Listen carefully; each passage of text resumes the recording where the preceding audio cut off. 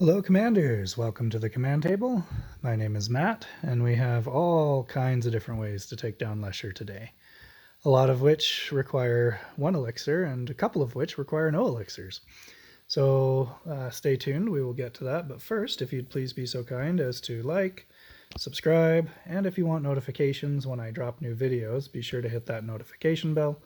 Also, if you have any questions or comments, please feel free to leave those below. You can also follow the Command Table Discord channel. We are open source. Everyone is welcome, so long as you are non-toxic. You can join our community and contribute and be helped. So hop on, and the link will be in the description, so feel free to join us there. You can often get a jump start on the raid before I post this video, because that's where I get the content for this video. So you can see the builds that people are working on and the problems that they're solving along the way. Okay, let's go ahead and hop in. We have a few builds from the community here. This is a build from Breather with Elixir of Accuracy. So he's a one elixir build. Got leech on pretty much everything, and then kind of fill in the blank for most everything else. The core element of this build is that he's using all of these constructs as a wall to prevent these druids from moving forward. So the druids remain back where they are, and you see they always kind of try to push forward a little bit, but then they stop and heal whenever their cooldown is up to heal. So very solid, very dependable. It's using Troll Giant's Toe. A lot of the other builds, the ranged builds that you'll see, use Standard of the Ancient Defender. So that's an alternative for you depending on what rank of artifacts you have. Sometimes that makes all the difference if you've got something that's level 4 over something that's level 3. Okay, he's already got the heart. Let's go ahead and skip to the end. Then we're going to show Nikolas. Now this is a phylactery build. You can see he's got phylactery rank 4 and primal warhorn rank 5. So for those of you that have some pretty stout unit levels and artifact levels, you can get away with no elixirs if that's the case. So not as many people are going to have those kinds of things available, but it is neat to know that it is possible to do it without elixirs. Okay, so there's neat. Congratulations on phylactery rank 4. That's pretty stout. Okay, Enifant. We have a melee build here. 2 monster hunters, 2 groups of eternal champions, and then there were some assassins to take out the Stormcallers and Soul Pylons in the middle.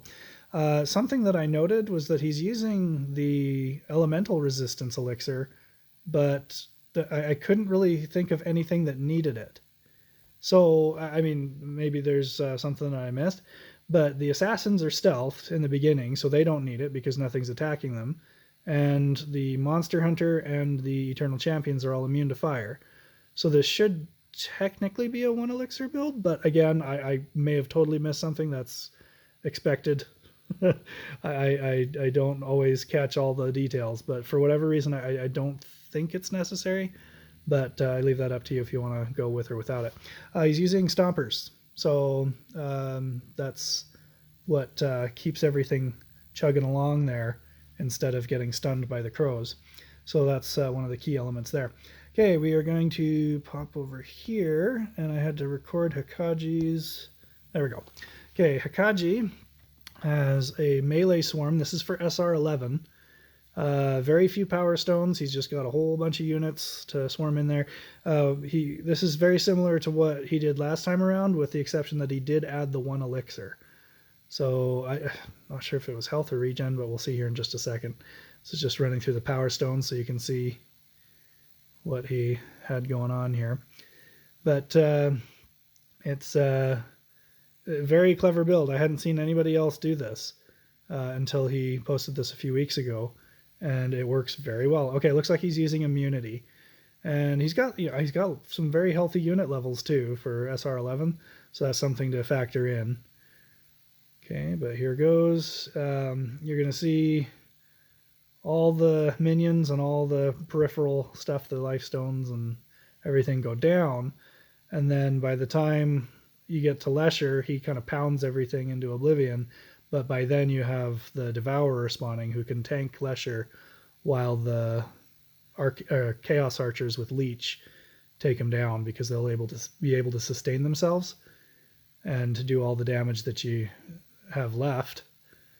Okay, so 1 more pound and that should pop the Devour. There he is. Okay, so Devour's coming in. Oh, looks like the Devourer gets the wounded debuff along the way as well. Okay, there it is. So very clever. I like it. Liked it the first time, like it this time. Again, just the 1 elixir, so if you've got some elixirs available and you ran out of others, that's an alternative for you. Okay, so let's go down to... Wow, I got a lot of videos. Okay, is this out of order? I think it might be out of order. Oh, that's from last time around. There we go. Okay, so this should be the first one for this time. This is Jepsur's build. He gave me permission to share it. The Untamed Beasts have Berserk and I think Resist Conditions 4. So 100% resistance to the fire debuff. This is a no-elixir build. We got Toe 5, Amulet 4, and Pendant 4. But you'll notice that you'll get to the point where the Untamed Beasts are attacking the Eternal Champions. And I think with Toe, there's a chance for them to get stunned by that too. But it's actually kind of a nice thing because you want your Eternal Champions to be as low as possible on health without dying. Because the lower they are in health, the more damage they will do. You see that they're almost dead there, but they kind of pull it right back. And they're able to down him. I think, do I get him down this time? Oh, I think this was the fail that I had because I had Leech. Yes, okay, this one fails because I had Leech on the Untamed Beasts instead of damage. So this time around for the next one, I dropped that Leech. So the Untamed Beasts, okay, we're going to run through the Power Stones. You don't need the slow on that Bomb Bot, by the way. That was from another build and it didn't seem to bother anything. Okay, so I dropped Leech and I put damage 4, but I also had the Resist Conditions and Berserk. Crit 3, oh, I guess I could have updated those to crit 4. That was an oversight. Leech, Berserk, and Last Stand for the Eternal Champions. So as you saw in that last one, how close the Eternal Champions got to dying, it's just well worthwhile to have the Last Stand on there. But may not ultimately be necessary, but I think it's worth it. Again, putting Leech on any of these remaining units I don't think is worth it because you want them to be low on health to benefit from the Berserk. But yeah, we'll just kind of let this one grind through. Not sure if this one is super unit level, artifact level dependent, but it might be, just because it does cut it close on the damage. I think I have like 4 or 5 seconds left for this particular attempt. Look how close that one EC got. That was pretty tight. Okay, but yeah, this one, oh, plenty of time. Yeah, 7 seconds left. So you might be able to pull it off with Toe 4. The thing with having a lower level Toe is that your ECs will have less health, which means they may do more damage. So you kind of get a flip return from that. Okay, this one I just wanted to show you because it was weird pathing. So sometimes things just go weird, and that's okay. It's not necessarily a deal breaker, but if you'll watch the Eternal Champions, they kind of go off on this weird path down to the bottom, and that delays the amount of time that they're on the boss doing damage to him. So yeah, here they go. They start to work their way all the way down. It looks like the recording's going slower than the actual gameplay did. Yeah, see, it's just a lot of time that they were wandering off down there. So, I mean, sometimes that happens, but you just got to decide if it's worth taking that risk. I still think I'm able to get them down. In fact, we'll just fast forward at this point since we've cleared everything else out. Yes, just barely get them down in time. Okay, so that's something to factor in there. This is the Simo build. I asked him how he pronounced his name. It's Simo, and then GG stands for good game. So that's a very common expression in the gaming community. So let's look at Simo's build. This is the build. I don't know if I matched the Power Stones exactly, but I struggled with it. It's kind of a risky build, and he admits that. It's the kind of thing that, you can take the shot at it. If you've got, 50, 60 premium keys that you've accumulated. Oh, this is where he tells me what his nickname means. So hopefully that's okay sharing that. I hope he doesn't mind. But yeah, he's it's solid in concept with the one problem that it's not guaranteed to get these rare life stones. The Stormcaller will often chain back there and get it, but it's just not guaranteed. Like even that doesn't take it out there. That leaves that one up.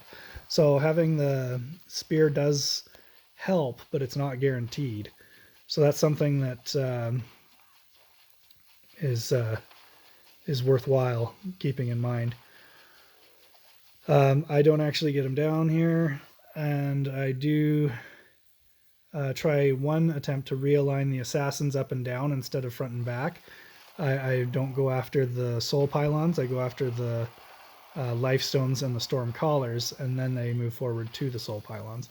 But it still doesn't work out for me. So you can see it's another fail.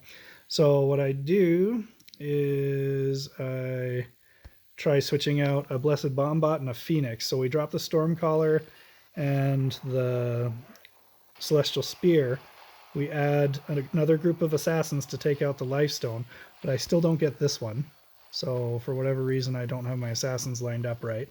But it's just not going to work this way either. The Phoenix can't do anything because it keeps getting stunned. There's the potential for this thing to work if you use the Force Resistance Elixir, so that's something to consider if you've got a bunch of those lying around. But we use those all the time on the Earthquake bosses, so we just won't have them. But as you can see, this one is a fail. And then I go from there to switch back to my build from the last cycle. And we'll run through the Power Stones for this real quick. I've switched out Elemental Resist for some of the Power Stones on pretty much every unit. So Leech, Elemental Resist, and then fill in the blank. And then, yeah, I didn't want to remove the Berserk off of the archers or the Stormcaller. So I switched out for a lower group of archers, which hasn't caused any problems.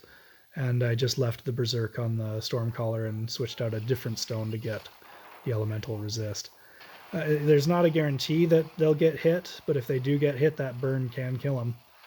The Stormcaller does a lot more damage and heals itself up with Leech a lot faster, so resist conditions on the Stormcaller is less crucial, but still well worthwhile in my opinion, especially if you're not having any trouble with your damage to get the job done. Okay, so there's that. That gets the heart. Let's go ahead and move on. And this is my lowest level SR15 profile. We don't have to go through all the same Power Stones because we already saw that. But let's show you the unit levels at least. Let's see where we can get to it. Okay, that's... try to find the right spot. Okay, there you go. Now you can see the unit levels for everything. So that's my lowest level SR15 profile, and you can see same everything gets it done just fine. For those of you that are at, I think, SR12 and below, it might be SR11, but I think it's SR12 and below, you can do this bomb train.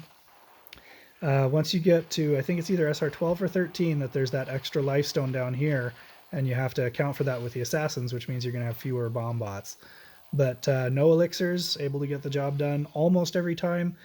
You will have some RNG fails with the crows. They will come and hit one of these bombs every so often. They fly directly at it and poof, there goes a lot of your DPS on the boss. As you can see, this is my nothing over 50 profile. All the units are level 50 or below, and I'm able to take out about half of his health. So it's a 2-to-1. So if you don't want to spend any elixirs, that's a possibility. However, if you are able to spend one elixir, this is the same nothing over 50 profile. No units over level 50. Again, it'll just kind of run through the Power Stones real quick. You only have 2 Power Stones for level 50 through 99. So this will show you what I opted for. Again, most of the units will do enough damage to where they don't have to worry about resist conditions, Power Stone. Power Stone, but if it's a unit with a slower attack speed like the archers, I think it's worth having it on them. The assassins for this are set to take out the life stones because there are no soul pylons or storm callers. So as you can see, nothing over 50. Takes a little while longer to grind through. You can see my artifacts level 1, 2, and 0. So there should really be very few excuses for why you can't do this. I mean, if I can do SR11 with nothing over 50 and really lame artifacts, then everybody should be able to do it. Yeah, it does cost an elixir. I know not everybody has a bunch of gems kicking around to buy those extra elixirs, but it can be done. So, you know, don't give up. You can do it. It's just putting the right power stones on, having the right units in the right place. They don't even have to be super powerful. So there's that. So thank you everybody for contributing. Appreciate everybody supporting the channel. Again, check out the Command Table Discord. Special thanks to everybody who contributed. Oh, that's weird. Immortalis' name got put on 2 lines. It's not that way in the regular thing. Oh well. But yeah, thank you to everybody who contributed. And please subscribe. That's the biggest thing you can do to help the channel right now. If we can get to 1,000, which we're 3/4 of the way there right now, if we can get to 1,000 subscribers, that allows us to apply to be monetized. Once we're monetized, we can start putting some more resources into the channel. So please do that. That would be tremendous. We'd be able to do more for the community that way. Thanks for watching. We will have more content for you in the near future. And all the best. Thanks, guys.